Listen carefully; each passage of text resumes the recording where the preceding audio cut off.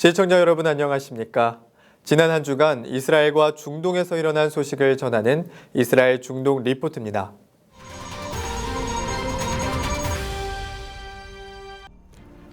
팔레스타인인이 이스라엘 병사에 공격을 시도하다 사살당하는 사건이 현지 시간 14일 요르단강 서안 지구와 예루살렘 부근에서 잇따라 발생했습니다. 예루살렘 포스트에 따르면 네타냐후 총리가 현지 시간 11일 요르단강 국경 지역을 방문해 국경 전체에 보안용 펜스를 설치하겠다는 뜻을 밝혔습니다.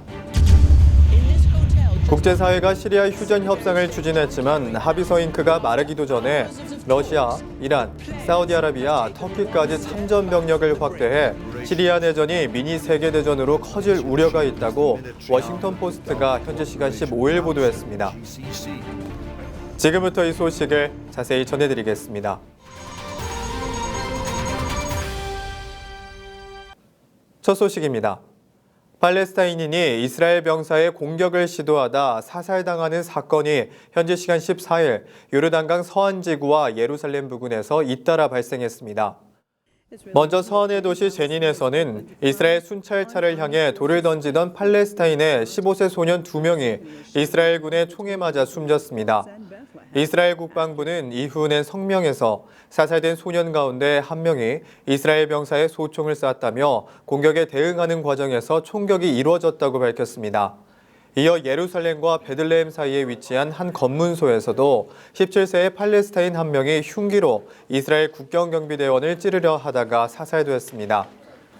이스라엘 경찰은 사살된 용의자는 야스민 알자루로 검문소에서 비무장 상태의 경비대원을 칼로 찌르려 했다며 정당한 대응 과정이었다고 강조했습니다.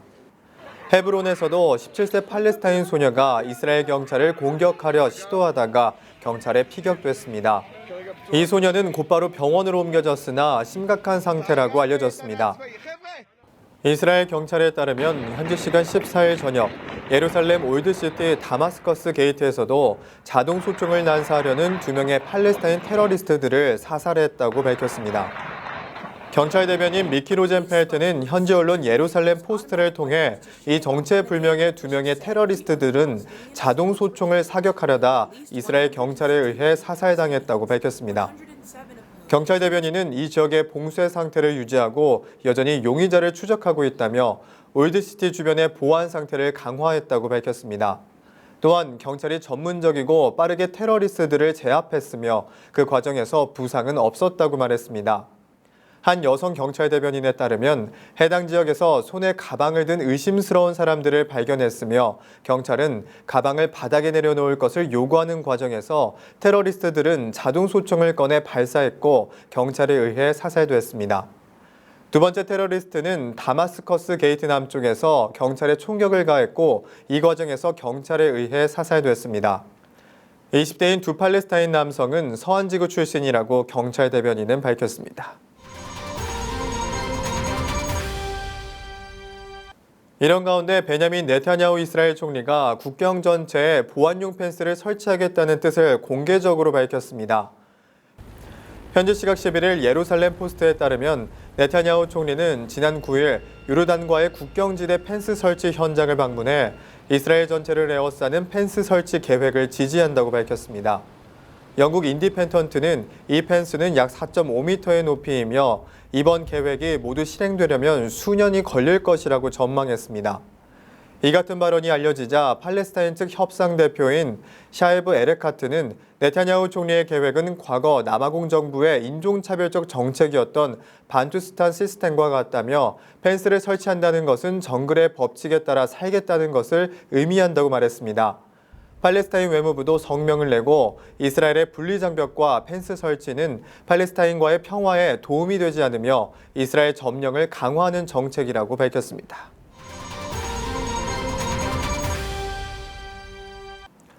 국제사회가 시리아 휴전 협상에 합의하고도 러시아, 이란, 사우디아라비아, 터키까지 참전 병력을 확대해 시리아 내전이 미니 세계대전으로 커질 우려가 있다고 워싱턴 포스트가 현지 시간 15일 보도했습니다.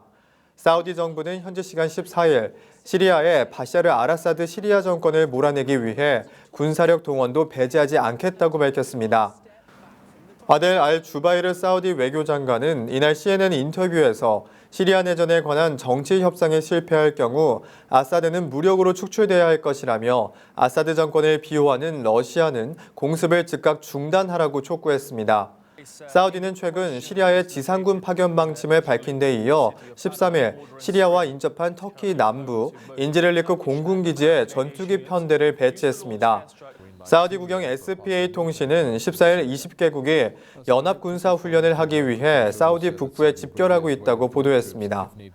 북쪽의 천둥으로 명명된 이 훈련에는 이집트, 요르단, 말레이시아, 파키스탄 등 순위파 우방 육해공군 병력 35만 명과 전투기 2,540대, 탱크 2만 대, 헬리콥터 460대가 참여하게 됩니다.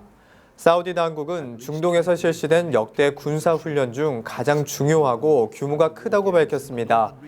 터키의 메블리트 차우슈올르 외교장관도 시리아의 테러 조직을 소탕하기 위해 사우디와 함께 지상작전을 펼 수 있다고 말했습니다. 하지만 터키군의 진짜 표적은 아사드 정부군과 싸우고 있는 시리아 내 쿠르드족 민명대인 인민수비대라는 점에서 양상은 더욱더 복잡해지고 있습니다. 시아파인 아사드 정권을 지원해온 이란 군부는 사우디가 감히 그럴 배짱도 없겠지만 실제 파병한다면 파면을 면치 못할 것이라고 경고했으며 드미트리 메드베테프 러시아 총리도 시리아 내전에 외국 지상군이 투입될 경우 세계대전으로 비화할 수 있다고 경고했습니다. 이슬람국가 IS와 정부군의 내전이 벌어진 이라크 북부가 난데없이 물난리를 걱정할 처지가 되었습니다. IS 반군이 장악한 모술에 물을 공급하는 모술댐이 붕괴될 위기를 맞고 있기 때문입니다. 모술의 머리맡에 위치한 이 댐이 무너질 경우 최대 50만 명의 사상자가 나올 것으로 예상됩니다. 미 육군 공병대가 모술댐이 심각한 붕괴 위험에 처해 있다는 분석을 담은 보고서를 이라크 의회에 전달했다고 워싱턴 포스트 등이 13일 보도했습니다. 보고서는 댐이 무너질 경우 남동쪽으로 약 48km 떨어진 모술 시내가 4시간 안에 19m 높이의 파도에 강타당할 것이라고 예측했습니다. 최악의 경우 사상자가 50만 명에 달하는 재앙이 될 것으로 추정했습니다. 이스라엘 중동 리포트 오늘 순서는 여기까지입니다. 시청해주신 여러분 고맙습니다.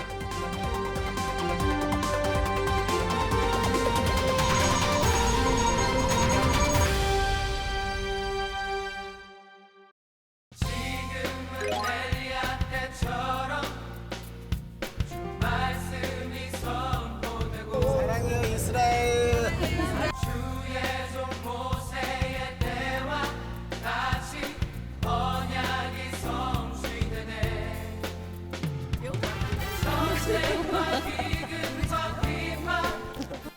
이스라엘은 하나님의 눈동자입니다. 이스라엘은 우리 인류를 향해 갖고 있는 하나님의 시간표를 알 수 있는 곳이죠. 그러나 기존의 성지 순례 프로그램으로는 많은 비용을 들여서 이스라엘로 가지만 그것을 확인할 기회가 없습니다. 여행은 어디를 가느냐도 중요하지만 누구와 함께 가느냐도 중요하죠. 여러분, 저와 함께 이스라엘 가시죠.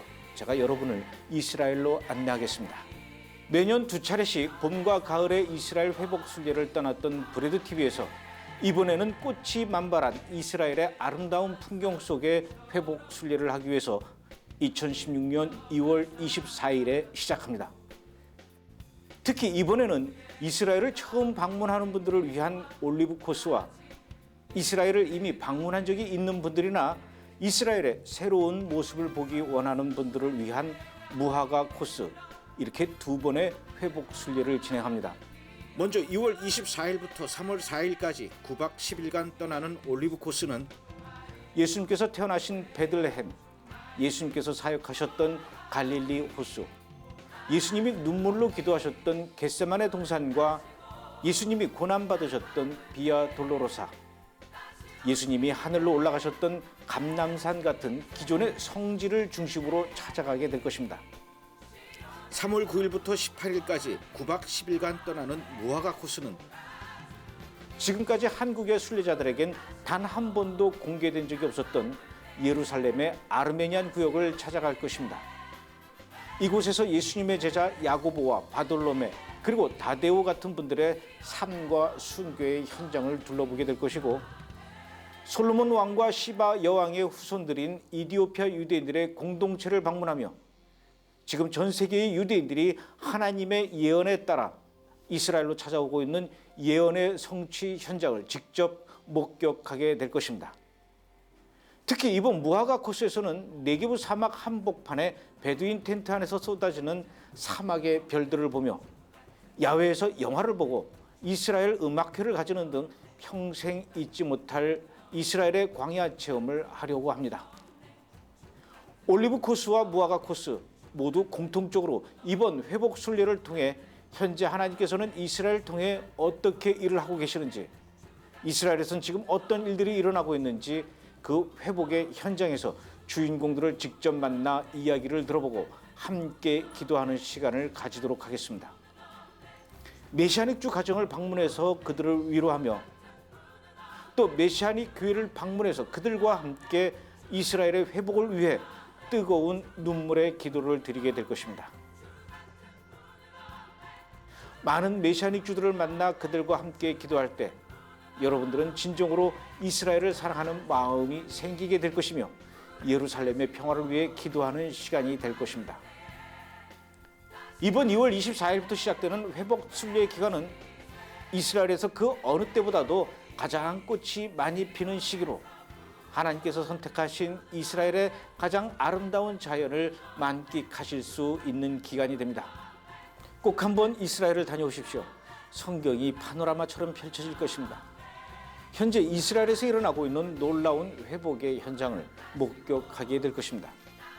그리고 이스라엘을 위한 구체적인 기도 제목도 정리될 것입니다. 지금도 예수님이 여러분을 예수님의 고향으로 초청하고 계십니다. 저 김종철 감독과 함께하는 이스라엘 회복 순례, 여러분의 신앙생활에 평생 잊지 못할 감동과 은혜의 시간이 될 것이며, 다른 이스라엘 성지 순례 프로그램에서는 전혀 경험할 수 없는 아주 특별하고 감동적인 시간들을 기도로 준비하겠습니다. 여러분, 저와 함께 이스라엘로 가시죠.